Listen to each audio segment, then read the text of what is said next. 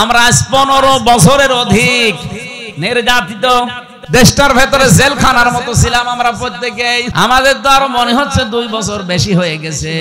আল্লাহ আমাদেরকেও 10 বছরের জন্য দেশটা হাতে তুলে দাও। নবীজিকে যদি দিতে পারে, নবীর উম্মত যারা, তাদেরকে আল্লাহ দেবে না? বলেন বলেন। যে জাতির নেতৃত্বে কোন মহিলা বসে আছে, এই জন্য 53 বছর নেতৃত্ব যারা দিচ্ছে, আজ আমাদের কপাল পুড়ে গেছে, নষ্ট হয়ে গেছে। আমরা এমন মানুষকে সামনে নিয়ে নেতৃত্বে বসিয়েছি যে মানুষ নেতৃত্বে যাওয়াই জায়েজ নেই। সুতরাং আমরা সাবধান হব, কোনদিন যেন আমাদের এই দেশে কিয়ামতের আগে কোন মহিলা নেতা হতে না পারে। পুরুষ মানুষ আসুক, সে চাচা এরশাদের মতো হোক, তাও ভালো। কথা বলছে না, দরকার সকালে এক কথা বলবে, বিকালে এক কথা বলবে, তারপরও ভালো। মেয়ে লোক আসতে পারবে না। আপনি তাকান না কেন আমেরিকার দিকে? জাতে মাতাল হলো, তাহলে ঠিক আছে।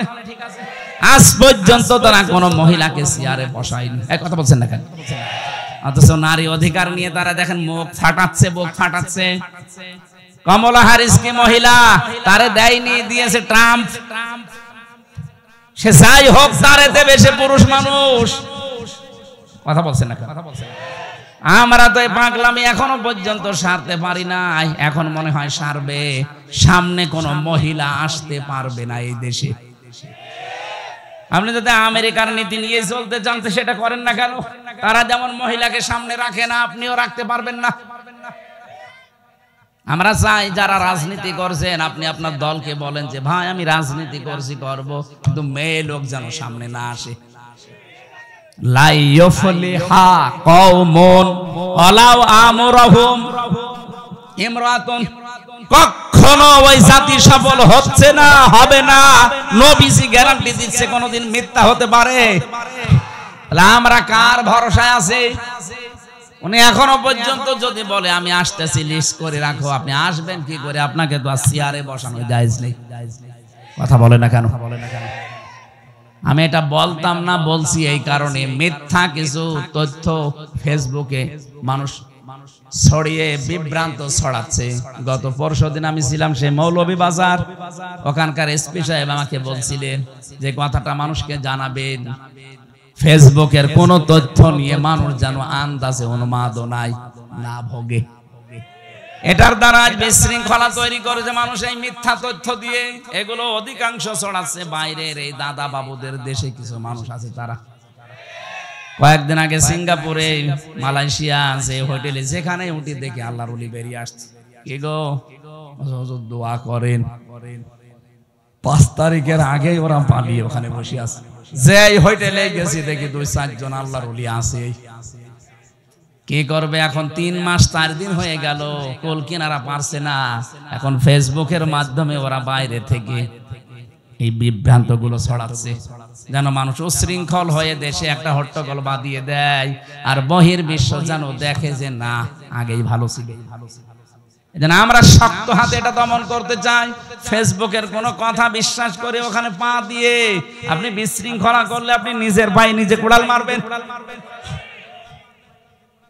পৃথিবীর ইতিহাস কি বলে? আজ পর্যন্ত কোন পলাতক যারা পালিয়েছে, ওরা ফিরে এসেছে, আপনি একটা দেখান তো। চেঙ্গিস খান, হিটলার, এই যে 850 বছর আগে যিনি পালিয়েছে, লক্ষণ সেন, কই ফিরে আর আসেনি, কবরে চলে গেছে। তাকে পুড়িয়ে ফেলেছে। যেহেতু অন্য ধর্মের মুসলমান দাবি করে যদি আপনি পালিয়ে যেয়ে থাকেন, আপনিও বিশ্বাস করতে পারেন ফিরে আসা এই পৃথিবীতে সম্ভব না, তাহলে ইতিহাস পাল্টিয়ে যাবে। পলাতকরা কোনোদিন ফিরে আসে না, কারণ জানে যে আমরা অপরাধী। হেলিকপ্টারে আসার সময় আমি পাইলটকে বলছিলাম, এই যে আপনি দরজাটা লাগিয়ে দিলেন, একটা হুক মাত্র, হুকটা একটু ছুটে গেলেই তো নিচে পড়ে যাবে। হুজুর হাত দিয়েন না, হাত দিয়ে যদি হুকটা খুলে যায় তাহলে কিছু সত্যি পড়ে যাবে। মাঝে মাঝে ওই সময় আমার মনে হচ্ছিল, আল্লাহ, 2 বোন একসাথে পালিয়ে গেল, যদি হুকটা একটু খুলে যেত। একটু হুক খুলে গেলে হয়তো বাংলাদেশের যে কোনো এক জায়গায় পড়ে যেত। কথা বলছে না কেন? মানুষ পিটিয়ে মেরে ফেলতো।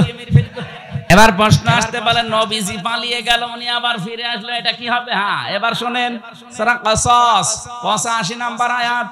নবীজি যখন নিজের ঘর থেকে বের হয়ে কাবা শরীফ পার হয়ে রাউহা নামক স্থানে ওই জায়গায় দাঁড়িয়ে কাবার দিকে তাকিয়ে নবীজি বলেছিলেন, কাবা, বড় শখ ছিল তোমার খেদমত করব, কিন্তু তোমার নিষ্ঠুর সন্তানেরা আমারে থাকতে দিল না। তখন আল্লাহ একটা আয়াত নাযিল করেছেন সূরা কসস 20 নম্বর পারা 15 নম্বর পৃষ্ঠার প্রথম নম্বর লাইনের 85 নম্বর আয়াত। ভালো করে শুনবেন, এখানে দুইটা তথ্য আছে। ইন্নাল্লাযী ফারাদা আলাইকাল কুরআনা লারাদ্দুকা ইলা মাআদ। এখানে আলেম নেই, শব্দটা কি দেখেছেন? ইন্নাল্লাযী ফারাদা, অবশ্যই আল্লাযী ফারাদা আলাইকাল কুরআন, আপনার উপরে কোরআনের আইন মানা আমি আল্লাহ ফরজ করে দিয়েছি। কোরআনের আইন মানা কি? আরো জোরে বলেন। নবীজি যে মক্কাতে যতদিন ছিলেন উনি কি নিজের আইন প্রতিষ্ঠার জন্য না কোরআনের আইন? হ্যাঁ, কথা বলেন না কেন? কোরআনের আইন যারা প্রতিষ্ঠা করার জন্য ফরজ মনে করে কাজ করে, আল্লাহ পরের শব্দে দিয়েছেন লা রাদ্দুকা ইলা মাআদ, লামে তাকিদ। আল্লাহ গ্যারান্টি দিচ্ছেন, হে নবী, আজকে আপনি যেখানে দাঁড়িয়ে কাবার দিকে মুখ করে আফসোস করছেন, আমি আল্লাহ গ্যারান্টি দিলাম আপনি যদি কোরআনের আইন কায়েম করার জন্য, প্রতিষ্ঠা করার জন্য এটা ফরজ মনে করে কাজ করতেন। কোরআনের আইন প্রতিষ্ঠা করা নফল না ফরজ? আরো জোরে বলেন, কেন ফরজ? যত নবী আল্লাহ পাঠিয়েছেন বড় বড় 4 জন নবীর নাম আল্লাহ ব্যবহার করেছেন সূরা শুরা 13 নম্বর আয়াতে। বড় বড় 4 জন নবীর নাম, এমনকি মুহাম্মদুর রাসূলুল্লাহকে আল্লাহ বলেছেন, নবী আপনাকেও আমি আদেশ দিলাম আন আকিমুদ্দিন, দিন কায়েম করা লাগবে। দিন কায়েম করা মানে কোরআন কায়েম করা। কথা বলেন না কেন? ওয়ালা তাতাফাররাকু ফি, এ বিষয়ে কোনো মতপার্থক্য ফতোয়াবাজি চলবে না। এই আয়াতগুলোর দ্বারা প্রমাণ হয় কোরআনের আইন যারা প্রতিষ্ঠার জন্য চেষ্টা চালাবে, এই মানুষগুলো যদি বাধ্য হয় দেশ ত্যাগ করতে, হিজরত করতে, চলে যেতে, আল্লাহ গ্যারান্টি দিয়ে বলেছেন অবশ্যই আপনাকে আমি এই জায়গায় আবার ফেরত নিয়ে আসবো। এই জন্য এই বাংলাদেশে কোরআনের কারণে, কোরআনের আন্দোলন করার কারণে, প্রতিষ্ঠার জন্য যারা টিকতে পারে নাই, হয়তো দেশ ত্যাগ করেছে অথবা গোপনে ছিল, কথা বলছেন এখন, অথবা এমন কোন জায়গায় চলে গেছে যে আসার মতো না, এই মানুষগুলোকে আপনি দেখবেন আল্লাহ পাক ঠিক তাদের মর্যাদা দিয়ে আবার ফেরত নিয়ে আসবেন। লা রাদ্দুকা ইলা মাআদ, অবশ্যই আমি আল্লাহ ফেরত নিয়ে আসবো আপনাকে। এর বাস্তব প্রমাণ মাওলানা আবুল কালাম আজাদ, ওই যে দাঁড়িয়ালাটা, এই কথা বলছেন না কেন? মিথ্যা মামলা বাচ্চু রাজাকার নাম দিয়ে চালিয়ে দিয়েছিলেন। যারা বন্দী অবস্থায় ছিল কোরআনের কারণে, এদেরকে আল্লাহ জনগণের কাছে ফিরিয়ে দিতেন, আপনারা যদি ঔষধ দিয়ে মেরে না ফেলতেন। কোরআনের পাখি যদি সত্যি আর একটা বছর হায়াত পেত, আপনি যদি ঔষধ দিয়ে, ইনজেকশন দিয়ে মেরে না ফেলতেন, আমি তো তার সাথে ছিলাম, একদিনের জন্য হলেও দেখা হয়েছিল আমার। যদি সত্যি আপনারা এই মিথ্যা ধোঁকাবাজি করে তারে বললেন চলেন আপনাকে হাসপাতালে নিয়ে যাব, হাসপাতালে নিয়ে যাব, কি বলেছিলেন? জেলার পরের দিন আমাদেরকে বলেছে ওনার অসুস্থ, হাসপাতালে নিয়ে গেছে, অথচ উনি নিজে জানে না যে উনি অসুস্থ। কি কায়দা দেখেছেন? বলছে আপনি অসুস্থ, আপনাকে হাসপাতালে নিয়ে যাব। উনি বলছে কই, আমি তো ভালো আছি। বলছে না, আপনি অসুস্থ। চাচা এরশাদকে নাকি নির্বাচনের আগে ধরে নিয়ে বলছে আপনি অসুস্থ, চলেন হাসপাতালে। বলছে কই, আমি ভালো আছি। বলছে না, আপনি অসুস্থ। কোরআনের বাকিকে ঠিক এইভাবে ধোঁকা দিয়ে বলেছে আপনি অসুস্থ, চলেন, আপনাকে সুস্থ করে আপনাকে ছেড়ে দেওয়া হবে। পরিবারস্থ লোক বাইরে অপেক্ষা করছে, এই জন্য উনি হাসিটা দিয়েছিলেন। উনি মনে করছে আমি তো বাইরে চলে যাচ্ছি, আমার পরিবারের লোক, আমার দলের লোক, আমার দেশের লোকের সাথে দেখা হবে। তো শয়তানরা যে ফাঁদ পেতে রেখেছিল, ইনজেকশন দিয়ে ওনারে বিদায় করে দিলেন, নয়তো আল্লাহ অবশ্যই কোরআনের এই ময়দানে তাকে আবার ফিরিয়ে নিয়ে আসতেন। এই জন্য হিজরত যারা কোরআনের বিরুদ্ধে অবস্থান নিয়ে করে, যারা পালিয়ে যায়, তাদেরকে আর ফিরিয়ে আসার গ্যারান্টি আল্লাহ দেয়নি। কিন্তু কোরআনের কারণে কেউ যদি টিকতে না পারে, ওরা যদি হিজরত করে পালিয়ে যায়, দেশ ছেড়ে চলে যায়, বন্দী অবস্থায় থাকে, মাস্ট বি আল্লাহ তাদেরকে ফিরিয়ে আনবে। হায়াত যদি শেষ হয়ে যায় সেটা আলাদা কথা। নবীজির যেহেতু হায়াত শেষ হয়নি, 13 বছর অত্যাচারিত হওয়ার পরে বিদায় নিয়েছিলেন হিজরত করে, কিন্তু আল্লাহ আবার সসম্মানে 10 বছর মদিনার রাষ্ট্রপ্রধান করে নিয়ে এসেছেন। বলেন, তারে যদি 13 বছর অত্যাচারের পরে 10 বছর রাষ্ট্র ক্ষমতা দিতে পারে, আমরা 15 বছরের অধিক নির্যাতিত, দেশটার ভেতরে জেলখানার মতো ছিলাম আমরা প্রত্যেকেই। আমাদের তো আরো মনে হচ্ছে 2 বছর বেশি হয়ে গেছে। আল্লাহ আমাদেরকেও 10 বছরের জন্য দেশটা হাতে তুলে দাও। নবীজিকে যদি দিতে পারে, নবীর উম্মত যারা, তাদেরকে আল্লাহ দেবে না? বলেন, দুর্বল যাদেরকে করে রাখার চেষ্টা করা হয়, আল্লাহর গ্যারান্টি তাদেরকে জমিনের ওয়ারিস আল্লাহ বানিয়ে দেয়। এটা সূরা কসসের 5 নম্বর আয়াতে আছে, অনুরিদু আন্নামুন্না আলাল্লাযীনা ইসতাদঈফু ফিল আরদ ওয়া নাজআলাহুম আইম্মাতাও ওয়া নাজআলাহুমুল ওয়ারিসিন। ফেরাউন যে দলটাকে কোণঠাসা করে রেখেছিল, দুর্বল করে রেখেছিল, অপমান অপদস্থ করত, আমি আল্লাহ ইচ্ছা করলাম ওই দলটার উপর একটু অনুগ্রহ করি। আমি আল্লাহ এমন অনুগ্রহ করেছি, আমি জমিনের শাসন ক্ষমতা তাদেরকে নেতা বানিয়ে দিয়েছি, এবং ওই জমিনের মালিক আমি আল্লাহ উত্তরাধিকারী বানিয়ে দিয়েছি। এটা যদি আল্লাহ হাজার হাজার বছর আগে করতে পারে, ওনার শক্তি এখন আর নেই। বলেন, মাস্ট বি, উনি আমাদেরকে দেখাবে। কোরআন আমরা 100 ভাগ বিশ্বাস করি। কেন দেখাবে? অনুমাক্কিনা লাহুম ফিল আরদ, জমিনে আমাদেরকে আল্লাহ ক্ষমতা দেবেন। ও নুরিয়া ফিরআউনা ওয়া হামান ওয়া জুনুদাহুমা মিনহুম মা কানু ইয়াহজারুন।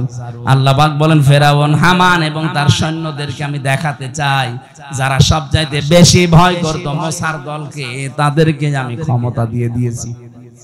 এই 53 বছর, এইজন্য এই মনোনীত দিন আল্লাহর কাছে ইসলাম, এটার ভেতরে আমরা যারা আছি, আপনি মনে করবেন যদি ইসলাম মানতে পারেন, তাহলে ইসলামের ভেতরে আপনি প্রবেশ করেছেন আল্লাহর কথা অনুযায়ী। আনুগত্য, আত্মসমর্পণ, এটা 1 নম্বরে আপনার ভেতরে পাওয়া যাবে। 2 নম্বরে ইখলাস পাওয়া যাবে। কি পাওয়া যাবে? প্রত্যেকটা কাজে আল্লাহর জন্য, মানুষ দেখানোর জন্য না। 3 নম্বরে বিশুদ্ধ আকীদা তৈরি হবে আপনার। যদিও বাংলাদেশ সহ বিশ্বে, বিশেষ করে বাংলাদেশ, ভারত, পাকিস্তান, এই 3টা দেশে জামাতে ইসলামী নেই। বলেন, এই 3টা দেশে আমি গেছি, দেখেছি এই মজলুম দলটার উপরে কিছু আলেম নামধারী, আমি আলেম তাদের বলি না, কারণ তারা এদের বইগুলো পুরাটা পড়ে না, আন্দাজে ফতোয়া দেয়। এই মাজলুম দলটার উপরে আকীদার প্রশ্ন তুলে একটা বিভ্রান্তি ছড়ায় মানুষের মাঝে যে এদের আকীদা ঠিক নেই। একটা মজলুম দলের উপরে, মজলুম মানুষগুলোর উপরে এরকম মিথ্যা তহমত আপনি দিতে পারলেন, এই লোকটা যা করেছে আপনার 14 বংশ মিলে করতে পারবে না। তার এতটুকু হায়াতে যত বই লিখেছে, আপনি 10 ডবল হায়াত পেলেও 5টা বই লিখতে পারবেন না। তার যে ইসলামী অর্থনীতিতে খেদমত করেছেন, তার যে থিওরি গুলো, মুশারাকা, মুদারাবা, মুরাবাহা, বায়ে সালাম, বায়ে ইস্তিসনা, বায়ে মুআজ্জাল, এই সমস্ত বিষয়ের ভেতরে কতগুলো তথ্য লুকিয়ে আছে। ইসলামকে অর্থনৈতিক ভাবে দাঁড় করানো কি করেছেন আপনি? খালি আকীদা খারাপ, আকীদা খারাপ। কি দেখেছেন আকীদার? আকীদা কোনো খারাপ না, কোনো মাসলা মাসাইল নিয়ে হয়তো মত পার্থক্য থাকতে পারে, এটা হবেই। কেউ যদি গবেষণা করে কোন মুজতাহিদ কোন মাসলা মাসাইল উদ্ঘাটন করতে যে ভুল করে, তাও 1টা সওয়াব পাবে, আর যদি ঠিক করে 2টা সওয়াব পাবে। সারা জীবন মাওলানা মওদুদী রহমাতুল্লাহ আলাইহি উনি গবেষণা করে করে তথ্যগুলো দিয়েছে, যদি ভুলও হয় তাও 1টা রসগোল্লা আছে, আর যদি সঠিক হয় 2টা। আপনি কি করলেন? আপনি তো গবেষণাই করেন না। আপনার পেটে বোম মারলে মুজতাহিদ লিখতে কি লাগে আপনি তাও বলতে পারবেন না। আপনি গবেষণা করেছেন কি করে মানুষকে ডোবানো যায়। আকীদার প্রশ্ন যারা তুলছেন, কি আকীদা আপনি তৈরি করেছেন বলেন তো? ফাঁসির দড়ি যদি গলার কাছে ঝুলতো তখন আকীদা বের হয়ে যেত। যে মানুষগুলোর উপর এই প্রশ্ন তোলেন তাদের আকীদা আপনি টের পাননি। ফাঁসির দড়ি একদিকে, আর একদিকে শুধু যদি বলতো যে না আমি ছেড়ে দিলাম, সঙ্গে সঙ্গে তাদেরকে মন্ত্রী বানিয়ে দিত। এই অফারও দিয়েছিল। কোরআনের পাখিরে জালেমরা বলেছিল আপনি ছাড় পেয়ে যাবেন, শুধু জামাত ইসলামটা বাদ দিয়ে বলবেন যে আমি নিজে আলাদা একটা দল করলাম। বলেছেন না আমি এটা মানি না, আমি কোরআন হাদিস পড়ে এইটাই পেয়েছি, আমাকে জামাতবদ্ধ হয়ে থাকা লাগবে। জামাতবদ্ধ মানে জামাত ইসলামী করা লাগবে না, আপনি জামাতবদ্ধ হয়ে থাকবেন মুসলমানদের একটা দলে, যেই দলের আকীদাতে এইটা আছে যে সার্বভৌম ক্ষমতার মালিক আল্লাহ, কিন্তু যেই দলের ভেতরে এইটা নেই যে ক্ষমতার মালিক জনগণ, সেই দল মুসলমান করতে পারে না। বাংলাদেশে মানুষ অনেকে করছে না, মুসলমানও দাবি করে। আমি আপনার বিবেকের কাছে প্রশ্ন রাখলাম, আপনি কি করবেন এবার ভাবেন। যারা মনে করেন ক্ষমতার উৎস জনগণ তারা মুশরিক। কি কথা বলেন না কেন? আন্নাল কুওয়াতা লিল্লাহি জামিআ আয়াত অনুযায়ী তাহলে ইসলামে আমি পরিপূর্ণ প্রবেশ করেছি। এর 3 নাম্বার আলামত হচ্ছে আমার আকীদা বিশুদ্ধ হওয়া লাগবে। 4 নাম্বারে আমার চরিত্র উন্নত হওয়া লাগবে। আমি নাম ধরেই বলছি এই কারণে বোঝার জন্য, বাংলাদেশে যারা জামাত ইসলামী করে, যারা ইসলামী ছাত্র শিবির করে, অন্যান্য যাই হোক ইসলামী অর্থনীতি, এই অর্থনীতির ব্যাপারে কিন্তু তারা আল্লাহর ওলি। চায় না পয়সা এদিক ওদিক পাবেন না। আপনি যদি দেখাতে পারেন যে 10 টাকা এখান থেকে ওখানে উল্টা পাল্টা করেছে, আমি আজকেই তাদের গালি দেবো, দেখান।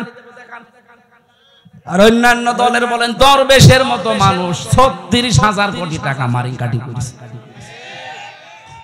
আর বলে দাড়ি নেই। আরে দাড়ি নেই তাতে কি হচ্ছে? চায় না পয়সা নড়িয়েছে কিনা বলেন তো? আর দাড়ি থেকে দরবেশ কি করলো? 7টা ব্যাংক থেকে 36,000 কোটি টাকা সরিয়েছে। বাংলাদেশে 2 প্রকার চোর পাওয়া যায়, একটা সিসকে চোর আর একটা জায়দ্রে চোর। এই ডিম মিম যারা চুরি করে, মুরগি চুরি করে, ঘালো পটল, এগুলো সিসকে চোর। আর এই যে ব্যাংক ডাকাতি করে যারা, শেয়ার বাজার লুট করে যারা বেগম পাড়া বানায়, সাহেব পাড়া বানায়, এই মানুষগুলো সিসকে চোর না জায়দ্রে চোর? হাত কাটার কথা কি সিসকে চোর না জায়দ্রে চোরের? যারা অভাবে চুরি করে অভাব দূর করে স্বভাব ভালো করে দাও, আর যারা স্বভাবে চুরি করে সাক্ষ্য প্রমাণ ধরা পড়লে হাত কেটে দাও। এটা যদি আজকে সত্যিই কোরআনের বিধানটা থাকতো, সূরা মায়েদার 38 নম্বর আয়াতটা বাংলাদেশে যে কয়টা ধরা পড়েছে, একটাও হাত এখানে থাকার কথা না, সব ঝুলে থাকতো। এই কথা বলেন না কেন? বাংলাদেশ চোর মুক্ত হয়ে যেত এমনি। এজন্য উন্নত চরিত্রের বেলায় এই জায়গা ছাড়া আর কোনো আপোষ নেই, কারণ উন্নত চরিত্র বানাতে ট্রেনিং দেওয়া হয়। আপনি আসেন 6 মাস একটু থাকেন, আপনার চরিত্র উন্নত হয়ে যাবে। চুরি কি জীবনে আপনার ভেতরে আর আসবেই না। 5 নাম্বার লেনদেনে স্বচ্ছ থাকা। আপনার লেনদেন স্বচ্ছ আছে? কোন দোকানে বাকি করলে জীবনে আর দোকানের সামনে দিয়ে যায় না, অন্যদিকে ঘুরে যায়। লেনদেন করছে। এই 5টা বিষয়। 1 নম্বরে আত্মসমর্পণকারী, 2 নম্বরে আপনাদের মনে নাই কিছু? কি বললাম বলেন?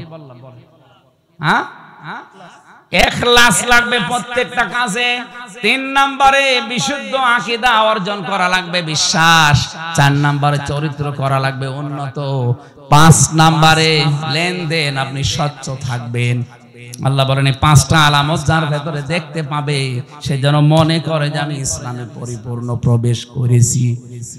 আমরা যারা এসেছি এই 5টা কাজ দুনিয়ায় আদায় করার তৌফিক দেন, আমিন। 32 নম্বর আয়াত, ওয়া ওয়াসাবিহা ইব্রাহিম বানিহি ওয়া ইয়াকুব ইয়া বানিয়া ইন্নাল্লাহা আসতাফা লাকুমুদ-দীনা ফালা তামুতুন্না ইল্লা ওয়া আনতুম মুসলিমুন।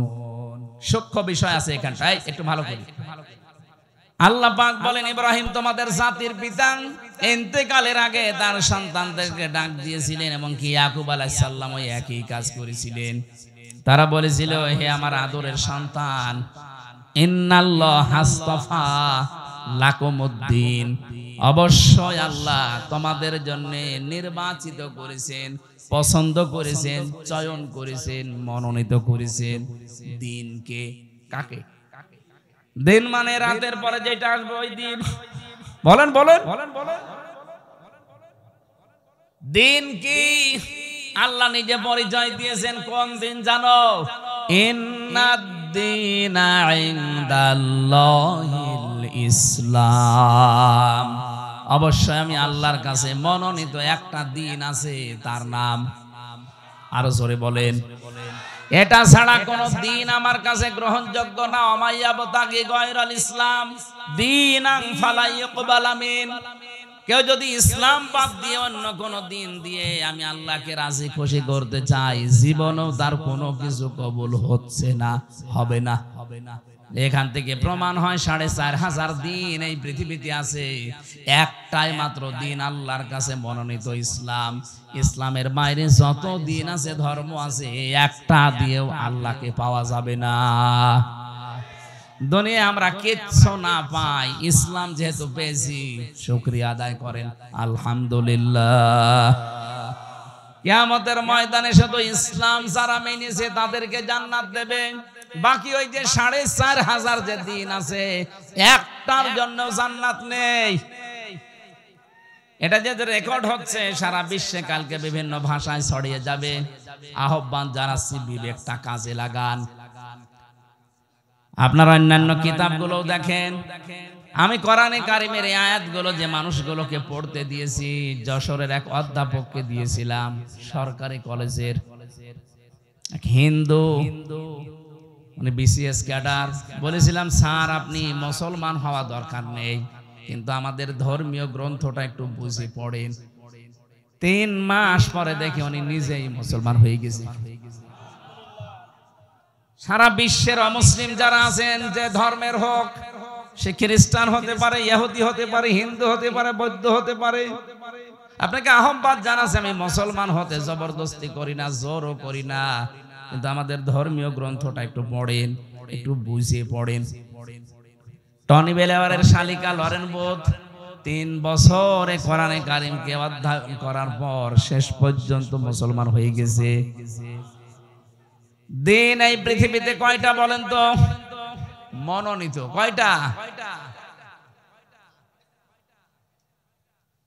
এবার আসেন তো এই দিন, এই যে কবরে যাবার পরে আপনি যে বলবেন মা দিন ও কা, তোমার দিন কি? না, একবারে আপনি বলতে পারবেন না দিন ও নাল ইসলাম। এই যে দিন ও নাল ইসলাম, আমার দিন ইসলাম, এটা বলতে হলে দুনিয়াতে মাস্ট বি 5টা কাজ আপনাকে করাই লাগবে, না হলে কবরে যে প্রশ্নের দ্বিতীয় প্রশ্ন এটা আপনি ধরা খেয়ে যাবেন। 1 নম্বরে দিন মানে জীবন ব্যবস্থা, রাষ্ট্রীয় আইন যেটা, এটা আমরা না বুঝলেও ফেরাউন বুঝেছিল।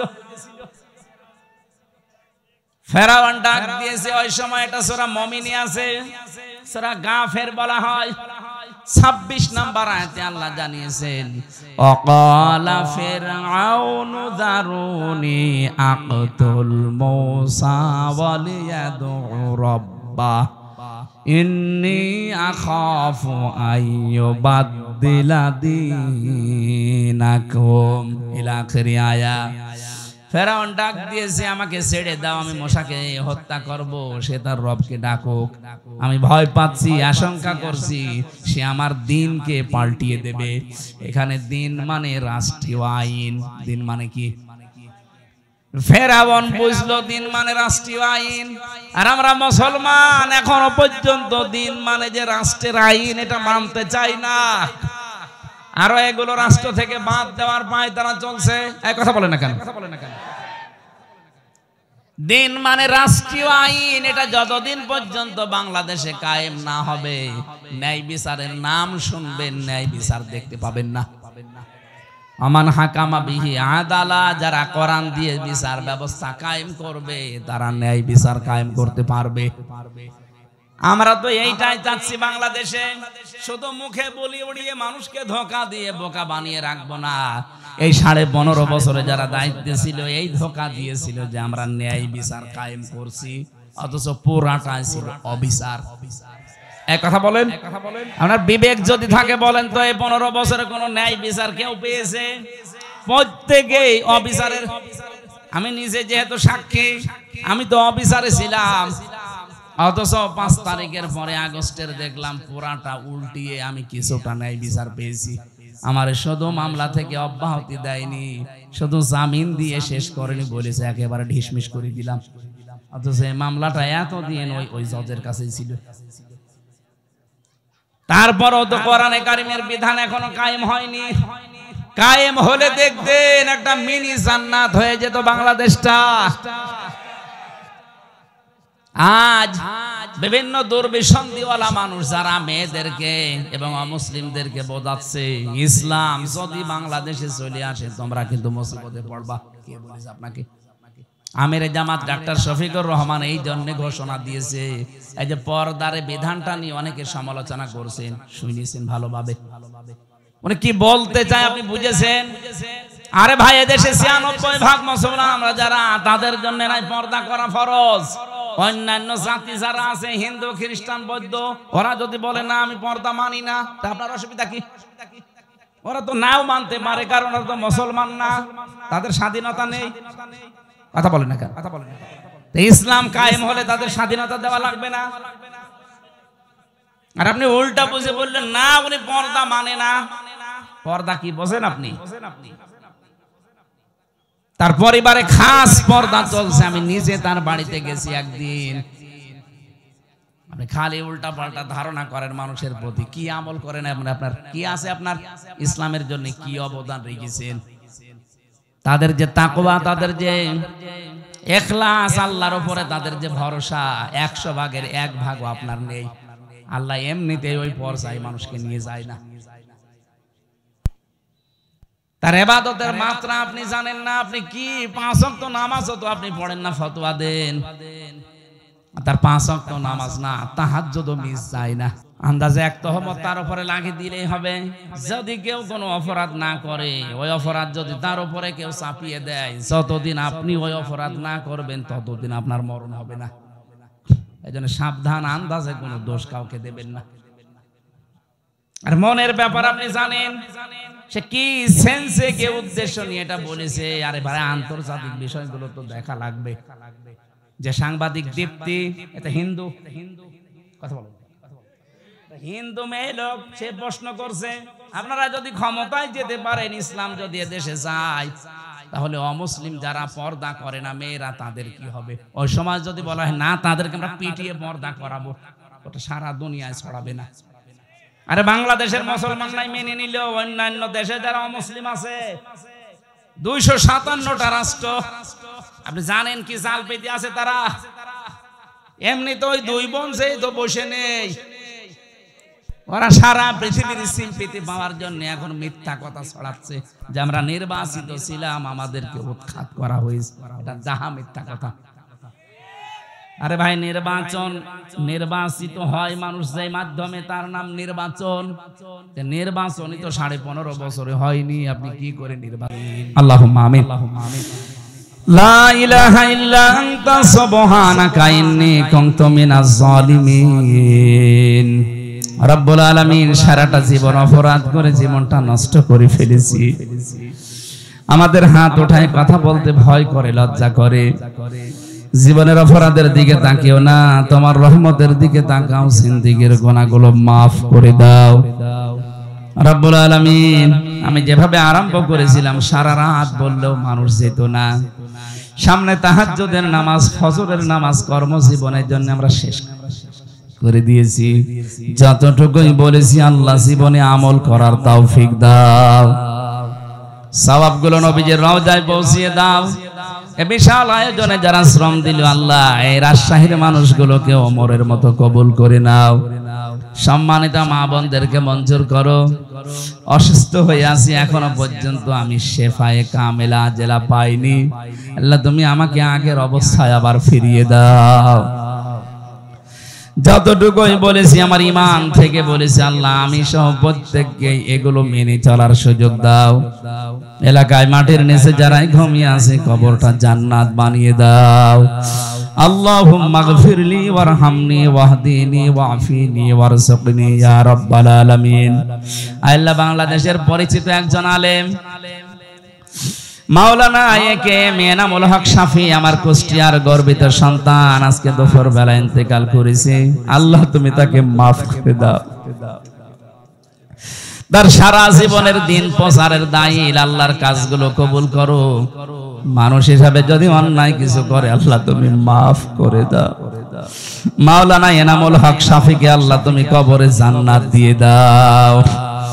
তার ছেলে মেয়ে শোক সন্তুষ্ট পরিবার যারা আছে আল্লাহ তাদেরকে ধৈর্য ধারণ করার তৌফিক দাও। তার স্ত্রীও কবরে আছে, আল্লাহ তুমি মেহেরবানি করে তার স্ত্রীকেও মাফ করে দাও। আমি আবার বলছি আমার কুষ্টিয়ার কৃতি সন্তান আলেমে দ্বীন সারা বাংলার প্রিয় মুফাসসিরে কোরআন মাওলানা এনামুল হক শাফি, আল্লাহ তুমি তাকে জীবনের মতো মাফ করে দাও। আমরা একটা অভিভাবক হারিয়ে ফেললাম, কোরআনের পাখিও হারিয়ে ফেলেছি, আল্লাহ তুমি তাকে কবরে মাফ করে দিও। কখন কার কাছে আজরাইল পাঠিয়ে দাও জানি না, আসলেই যেন বলতে পারি লা ইলাহা ইল্লাল্লাহু মুহাম্মাদুর রাসূলুল্লাহ।